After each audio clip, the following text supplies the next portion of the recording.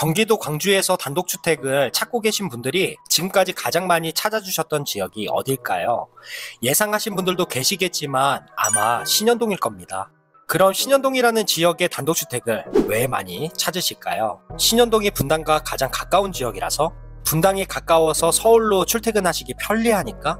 아니면 가격이 저렴해서? 제가 처음 경기도 광주에서 분양을 시작하는 10년 전에는 지금 말씀드린 이유로 분양이 잘 됐던 지역이 맞습니다. 하지만 그때는 단독주택이 아니라 빌라를 분양할 때였고요. 지금은 이런 이유로 신현동 단독주택을 찾으시는 분들은 거의 없으실 겁니다. 제가 고객님분들을 만나서 이야기를 들어봐도 분당이나 서울이 가까워서 오셨다는 분들이 예전에 비하면 많이 없으시기도 하고요. 그럼 왜 아직도 단독주택을 알아보시는 분들이 신현동이라는 지역을 많이 찾으실까요? 대부분의 고객님이 이런 말씀을 하십니다. 영상을 보다 보니까 신현동에 단독주택이 가장 잘 지은 것 같아서. 네, 맞습니다. 이제 신현동을 찾으시는 분들은 분당과 가깝지만 가격은 분당에 비해 저렴하다는 인식이 아니라 고급스러운 퀄리티의 단독주택이 많이 지어지고 있기 때문에 신현동이라는 지역을 찾으신다고 생각하시면 되겠습니다. 제가 안내해드리고 있는 영상은 주택 영상을 시작하기 전에 단독주택이 있는 주변 시설이나 도로를 요약해서 말씀드리고 있는데요. 아직 신현동에 대해서 잘 모르시는 분들을 위해서 준비해드리는 부분이라 혹시 신현동에 대해서 잘 알고 계신 분들은 주택 영상을 바로 보실 수 있도록 챕터를 나눠드리겠습니다. 일단 이번 주택은 처음에 제가 말씀드린 대로 분당이 인접해 있는 신현동이라는 지역에 지어진 주택인데요. 지도상으로 경기도 광주에서 분당이 가장 가까운 지역이라고 생각하시면 되겠습니다. 대신 상수원 보호구역으로 아파트 같은 건축물보다는 비교적 허가가 어렵지 않았던 빌라가 많이 지어진 지역 중에 한 곳이고요. 이때 분당과 연결되는 서현로와 태제로 도로 하나만을 두고 빌라 세대수가 늘어나면서 교통체증이 심해진 지역이라고 보시면 되겠습니다. 정확히 말씀드리면 출퇴근 시간에 심하다고 보시면 되겠고요. 이런 교통체증은 특히 겨울철 3-4번 정도 내리는 폭설에 더 심해진다고 보시면 되겠습니다. 그래도 확실히 분당과 가까운 지역이라 출퇴근 시간에 굳이 이동하지 않아도 된다 하시는 분들은 서현역과 판교역을 20분대로 이동하실 수 있고요. 서울 강남 지역도 1시간대로 이동이 가능하기 때문에 이 부분도 참고해 주시면서 오늘의 영상을 시청해 주시면 좋을 것 같습니다. 단독주택에서 3.2km, 차로 7분 정도 이동하시면 분당 율동공원이 있어서 산책을 좋아하시는 분들은 가까운 거리에 공원도 이용하실 수 있겠고요. 7.3km 19분 거리의 이마트랑 8.6km 24분 거리의 분당 서울대학교 병원을 이용하실 수 있다는 부분도 참고해 주시면 되겠습니다. 분당 서현로를 통해서 신현동에 도착하면 바로 이곳이 신현동의 태제고개, 태제로고요. 신현동에서 분당으로 이동하는 메인 도로입니다. 여기서 직진하면 12km, 차로 17분 거리에 용인 죽전방면으로 이동이 가능하고요. 저는 오늘 안내해드릴 단독주택이 있는 곳으로 좌회전을 해서 이동해 보겠습니다. 신현동에서 지금 보여지는 곳이 다양한 편의시설들을 이용하실 수 있는 곳이고요. 1.4km 차로 4분 거리에 병원이나 은행 등이 있는 곳입니다.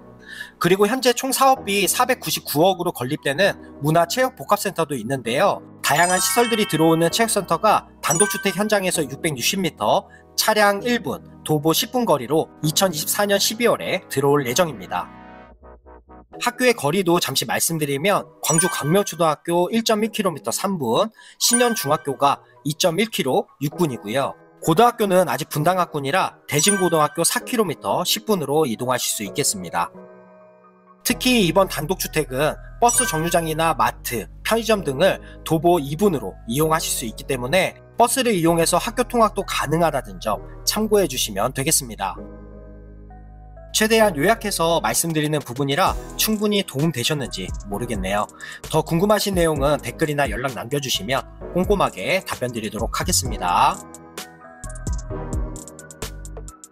이번 주택에서 가장 먼저 말씀드릴 부분은 단지 내 도로입니다. 8m의 넓은 단지 내 도로라서 차를 돌려서 주차하실 때도 편리하실 것 같고요. 특히 주차장의 면적이 넓지만 손님분들이 오셨을 때 도로 옆에 이면 주차도 가능하신 만큼 넓은 단지 내 도로입니다. 벙커 주차장에 있는 도어 옆으로 대문이 큼직하게 들어가 있고요. 영상으로 가려진 부분 무인 택배함이 있는데요. 택배를 보관하는 문이 건물 외부와 내부로 나눠져 있어서 소중한 택배를 안전하고 편리하게 받으실 수 있겠습니다. 도보로 이동하시는 분들은 대문을 통해서 출입이 가능하고요. 차로 이동하시는 분들은 벙커 주차장으로 출입하실 수 있습니다. 주차장 도어는 무소음 무진동 오버헤드 도어가 설치되어 있고요.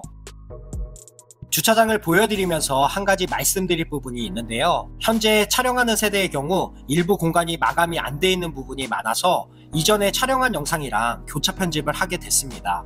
설명을 돕기 위해서 고민 끝에 결정한 부분이고요. 영상을 보시기에 불편하신 부분이 있으시다면 이 점 미리 양해 말씀 드리겠습니다.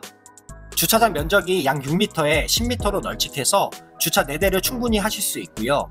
특히 주차를 하시고 문을 열고 닫을 때 폭도 여유가 있어서 차에서 내리기도 편리하실 것 같습니다. 주차장의 콘센트가 양쪽으로 시공되어 있고요. 가장 안쪽에 선이 나와 있는 부분도 있는데요. 이 부분은 입주 시기에 맞춰서 전기차 충전기를 설치해 드릴 예정입니다. 주차장 옆으로 문이 하나 있습니다. 이 공간 예상은 하셨겠지만 멀티룸이 만들어져 있고요. 면적이나 높이도 잘 만들어진 공간이라 쓰임새가 많은 공간으로 느껴졌습니다. 이전에 영상을 보시면 큰 거울이 있어서 홈트 공간으로 꾸미기도 했는데요. 거실이나 침실과 완전하게 분리되어 있는 공간이라서 스크린 골프나 영화관으로 꾸미시면 좋겠고요. 아니면 사무 공간으로 꾸며서 사용하기도 좋겠다, 이렇게 생각이 들었습니다. 출입문 옆으로 화장실과 보조 싱크대 공간이 있습니다. 일단 보조 싱크대는 크게 들어가 있는 건 아니고요. 대신 수납 공간도 어느 정도 있고 멀티룸에서 수도를 사용할 수 있다는 부분 하나만으로도 충분히 편리하겠다라는 생각이 들었습니다. 그리고 바로 옆에 화장실은 세면대랑 변기가 시공되어 있고요. 세면대 위쪽으로 거울이 설치될 예정입니다. 제가 단독주택을 평가할 때 실내만큼이나 중요하게 생각하는 부분은 주차장과 외부 계단인데요. 이번 주택에서 특히 마음에 들었던 공간이 바로 외부 계단입니다.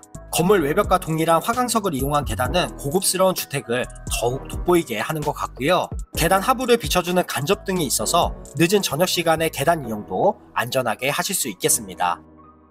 현관으로 이동하는 계단 벽면은 미장스톤으로 마감했고요. 계단 3칸마다 센서 등을 충분히 설치했습니다. 그리고 현관 위에 처마를 길게 빼서 눈비도 어느 정도 막아줄 것 같습니다. 단열 방화문을 지나서 신발장 공간입니다. 현재는 중문이 설치가 안 돼 있지만 중문은 양계형 여닫이 중문이 설치될 예정이고요. 대리석 타일과 도장 마감된 현관으로 높고 깊은 신발장 5칸이 기역자로 설치되어 있습니다. 1층의 면적은 약 32평으로 거실과 주방, 그리고 침실과 욕실이 포함된 공간입니다.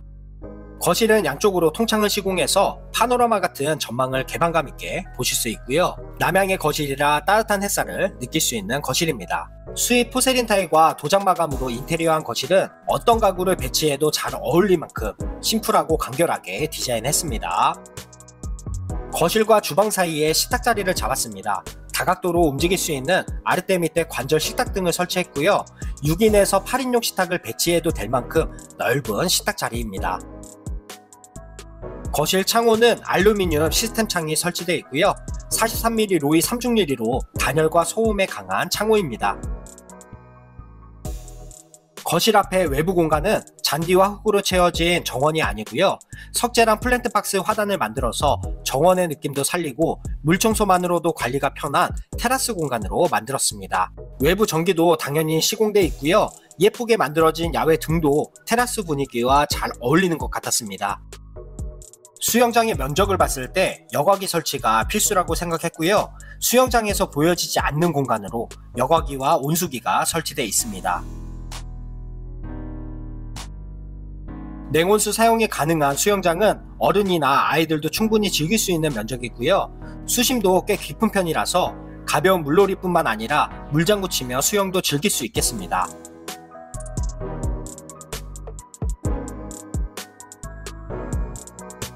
테라스가 있는 반대편으로 꽤 넉넉한 면적의 베란다가 있습니다. 채광이 밝은 공간은 아니지만 통창이 시공되어 있어서 개방감이 아주 좋은 공간입니다. 3.6m의 아일랜드 조리 공간이 포함된 주방은 면적이 넓고 수납도 충분하게 하실 수 있습니다. 이태리 세라믹 산판으로 시공된 아일랜드 조리 공간은 대형 사이즈의 팔맥 구두와 와일드한 3구 인덕션이 고급 주택에 어울리는 고급 가전으로 들어가 있고요. 프랑케 싱크대랑 한스그로의 수전을 설치해서 설거지나 과일, 야채 등을 세척하기 편리하도록 했습니다.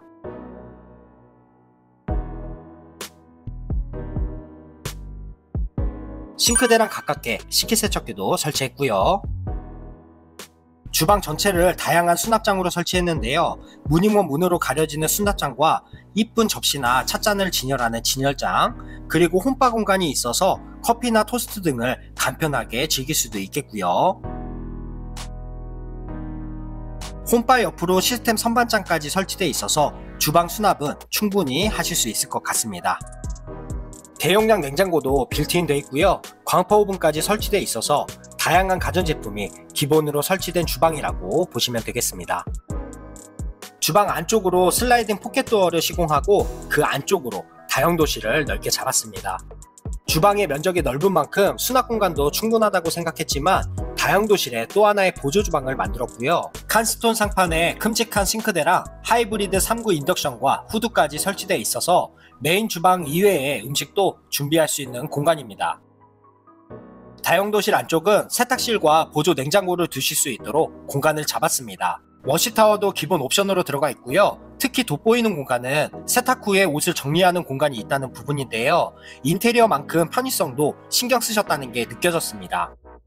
다용도실은 환기창도 크게 시공된 공간이지만 환기시설도 천장에 설치해 주셨고요. 처음에 말씀드린 대로 1층은 침실과 욕실이 있습니다. 일단 욕실은 고급스러운 타일을 사용해서 깔끔하게 졸리컷 마감하고 1층 침실에서도 이용하시기 편하도록 샤워 공간까지 확보된 욕실입니다. 1층의 침실은 간결하게 만들어진 침실이고요. 게스트룸으로 사용하시거나 식구가 많으신 분들은 침실로 사용해도 될 만큼의 넓은 면적입니다. 오르고 내려오는 계단을 화려한 대리석으로 시공했습니다. 강화유리를 시공해서 계단의 안정과 개방감까지 살렸고요. 천장과 계단으로 떨어지는 강화유리 난간이 깔끔하게 보여졌는데요. 대신 계단에 손잡이가 없다는 부분이 개인적으로 조금은 아쉽기는 했습니다. 2층은 약 30평의 면적입니다. 복도를 통해서 침실로 이동하실 수 있는데요. 통창과 강화유리 난간이 설치되어 있어서 개방감이 아주 좋았고요. 특히 개방감을 살린 복도라서 그런지 답답함이 전혀 느껴지지 않았습니다. 2층의 침실 공간입니다. 면적이 4m 정도 되는 침실이라 사이즈가 넉넉하고요. 시스템 에어컨, 전열 교환기, 난방 조절기도 설치된 침실입니다. 특히 이번 침실은 테라스가 있는 침실이라 개인적으로 마음에 들었고요. 테라스는 복도에서도 나갈 수 있고 침실에서도 연결되는 공간이라고 보시면 되겠습니다. 슬라이딩 포켓도어를 통해서 욕실이 연결되고요. 욕실로 연결되는 중간에 아담하지만 충분하게 옷을 보관할 수 있는 붙박이장이 설치되어 있습니다. 침실의 욕실도 고급스러운 타일을 졸리컷 마감으로 깔끔하게 시공했고요. 샤워부스까지 설치된 넓은 욕실로 침실 사용이 편리할 것 같습니다. 복도를 통해서 또 하나의 방이 연결됩니다. 양쪽으로 크게 열리는 미닫이 문을 열고 들어가면 이번 주택의 메인 침실이 있고요. 메인 침실인 만큼 넓은 면적을 자랑하는 공간입니다. 제가 예전에 촬영한 영상을 보시면 침대가 작아 보일 만큼 넓은 면적이라고 보시면 되겠고요. 무늬목 침대 헤드월과 포인트가 되는 등까지 부족함이 느껴지지 않았던 침실이었습니다. 메인 침실인 만큼 드레스룸과 욕실도 특별한데요. 일단 슬라이딩 포켓도어를 지나면 파우더룸이 있고요. 파우더룸을 중심으로 드레스룸과 욕실이 나눠지는 구조입니다. 드레스룸이 럭셔리하다는 말이 나올 만큼 잘 만들어진 공간입니다. 면적도 웬만한 침실보다 넓고 다양한 수납장이 한 곳에 모여 있어서 의류 등을 보관하시기도 편리하실 것 같고요. 한쪽으로 5벌령 스타일러까지 설치되어 있어서 옵션도 만족하실 만한 공간입니다. 메인 욕실도 구성이나 면적이 아주 좋습니다. 대형 거울과 간접 등이 설치되는 세면대도 폭이 넓어서 사용하기 편리하고요. 세면대가 있는 옆으로 사우나 시설도 크게 있어서 하루의 지친 피로를 풀기 좋습니다. 변기와 샤워 시설이 있는 공간은 부스를 만들어 드릴 예정이고요. 변기나 샤워를 하시는 공간 모두 답답함 없는 면적으로 나눠 드릴 예정입니다. 곡선이 아름다운 액상 앙크릴 이동식 욕조가 설치되어 있고요. 한 사람이 충분히 휴식을 취하기 좋은 사이즈입니다. 마지막으로 3층으로 오르는 계단도 1층과 동일하게 강화유리와 대리석으로 마감했고요. 오르는 계단 옆으로 창도 크게 들어가 있어서 답답하지 않은 계단입니다. 3층도 복도로 공간을 분리했습니다. 통창이 크게 들어가 있어서 채광이나 개방감도 만족스러웠던 복도고요. 안정감이 느껴지는 강철판이 난간으로 시공되어 있습니다. 3층의 욕실도 웬만한 침실의 면적으로 샤워 공간, 세면대, 변기 공간을 여유있게 배치했습니다. 중앙에 배치한 세면대는 천장에서 내려오는 거울을 양면으로 설치해서 앞뒤로 세면대를 사용하실 수 있도록 해드릴 예정이고요. 샤워하는 공간과 변기가 설치된 공간까지 답답하지 않아서 마음에 드는 욕실이었습니다. 3층의 마지막 침실도 면적을 넓게 잡았습니다. 이번 주택은 총 4곳에 만들어진 침실 모두 면적이 넓어서 좋았는데요. 식구가 많으신 분들에게는 침실을 각자 이용하실 수 있기 때문에 좋고, 식구가 적으신 분들은 게스트룸이나 멀티룸으로 활용하실 수 있겠습니다. 3층 안쪽은 실내와 실외로 자유롭게 이동하면서 파티를 즐기실 수 있는 파티룸을 만들었는데요. 파티를 즐기시기 편하도록 주방 공간을 만들고 주방 앞으로 공간을 비워서 입주하시는 분들이 원하는 공간으로 꾸미시기 좋은 넓은 면적을 잡았습니다. 주방 공간에 별도의 후드를 시공하지 않았지만 창을 크게 만들어서 환기도 가능하게 했고요. 테라스 공간으로 폴딩 도어랑 터닝 도어를 만들어서 환기뿐만 아니라 개방감 있는 공간으로 파티를 즐길 수 있게 했습니다. 파티룸에서 연결되는 넓은 테라스는 석재로 마감해서 관리가 편한 테라스고요. 테라스 라인을 따라서 이쁜 자갈을 깔았습니다. 테라스의 개방감을 살리기 위해서 강화유리 펜스를 설치해 주셨고요. 템바보드 느낌으로 징크 마감하고 라인 등을 시공해서 저녁 시간에 분위기 있는 테라스를 이용하실 수 있겠습니다. 오늘은 경기도 광주 신현동의 고급 단독주택을 안내해 드렸습니다. 23억이라는 금액으로 금액이 무겁기는 하지만 주택의 퀄리티가 높아서 수준 높은 주택을 찾으시는 분들에게 분양 초기부터 인기가 많았던 주택이고요. 현재 21억과 23억으로 두 세대가 남아있기 때문에 방문을 하시면 두 가지 타입을 비교해서 보실 수 있겠습니다. 자, 오늘 제가 준비한 영상은 여기까지고요. 저는 다음 주택 영상으로 다시 인사드리겠습니다. 감사합니다.